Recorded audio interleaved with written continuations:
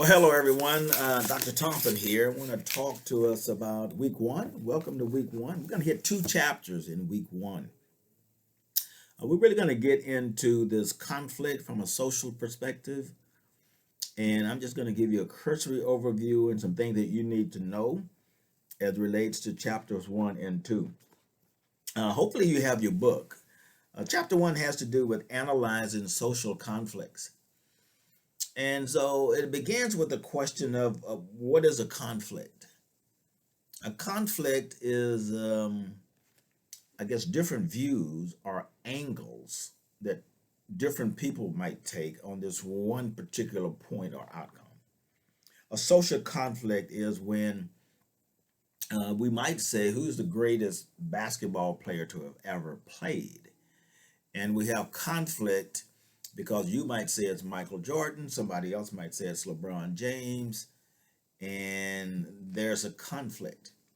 It's a conflict generally because there's not a set of standard criteria in which you are measuring that on.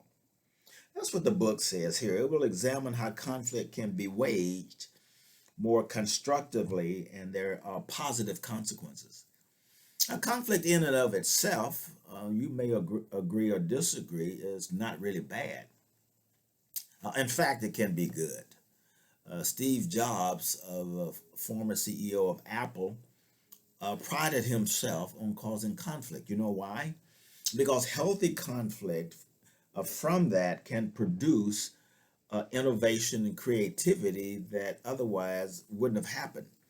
So he believed a lot of that. So the book talks about that. It says seeing conflict as a potential source for human betterment is not all that popular these days, but it could be. We want to avoid conflict, but oftentimes conflict is good. So in chapter one, it talks about that. It talks about how conflict escalates, and it defines it in a sense of a social environment. So look at that, and it talks about these six foundational ideas around social conflict. So it talks about there's varying methods. It talks about the scales that is isolated. There's 6 points there. You can read through that, and it also talks about the various methods in which to deal with that. This is on page 3, so it's a good place to read and understand. One of the things about conflict is how are they interconnected and not isolated. So it talks about some points associated with conflict and how it can become interconnected and move to larger scales.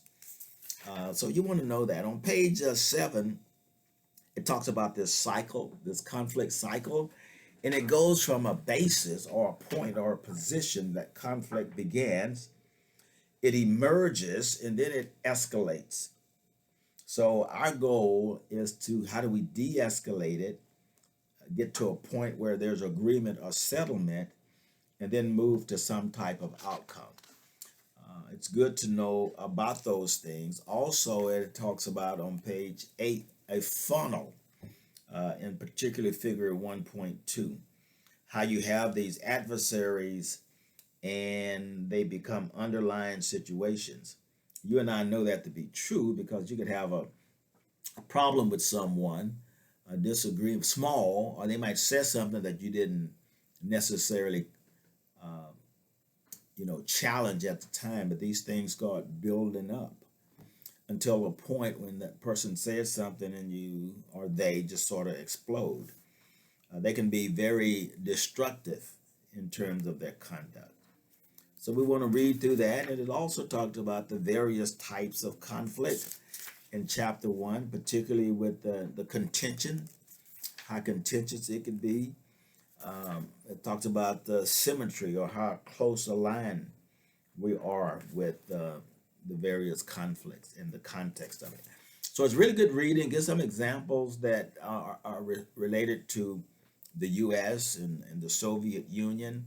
It talks about the meaning of conflict. For an example, it says here, this is on page 20, conflict can also be distinguished by means that the adversaries use to achieve their goals. These range from mediations to negotiations to electoral politics to armed struggle to suicidal bombings. So this conflict that builds up in people can become so pervasive that it manifests itself in a destructive way. Um, Talks about ways of institutionalizing it, but and it talks about outcomes. At the end of the day, we want to get to outcomes on the conflict. So read through that. That's basically chapter 1. I'm going to go into chapter 2 real quickly because chapter 2 has to do with underlying conditions for social conflict. Oftentimes, it's not necessarily what somebody say; it's just the conditions of it. An example might be on a basketball team. Uh, you have a coach or a football, any kind of athletic team. You have a coach that everybody likes that keeps people straight. In any type of team, you have somebody on the team, one of the team members that want to be the lead, want to tell people what to do, but you have this good, strong coach there that keeps everybody in check. So you're okay because you know you got somebody there to handle individuals that get out of line.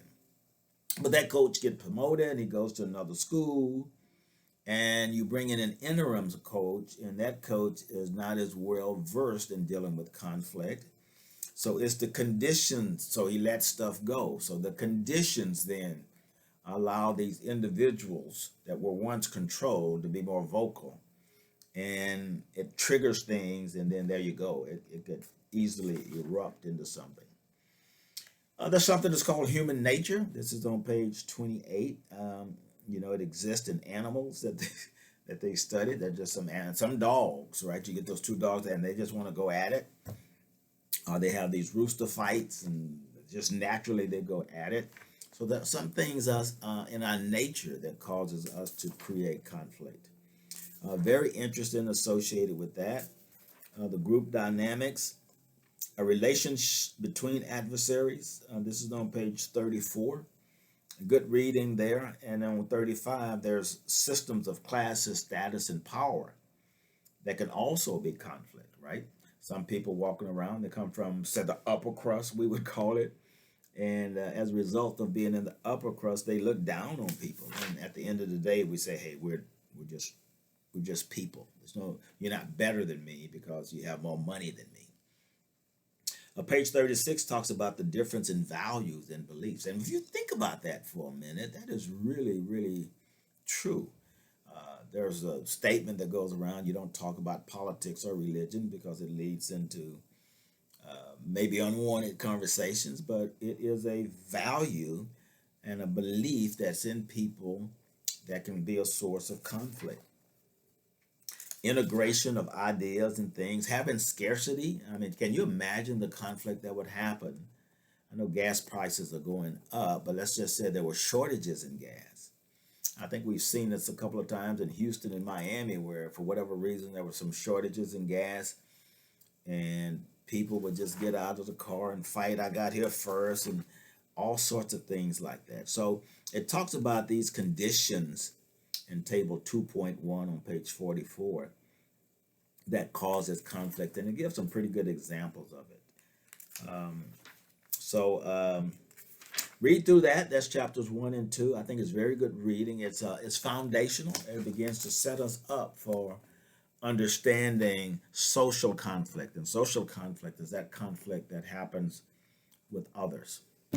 Okay, hope you enjoy that, and get ready for a test or a quiz, and we'll see you next time. God bless you.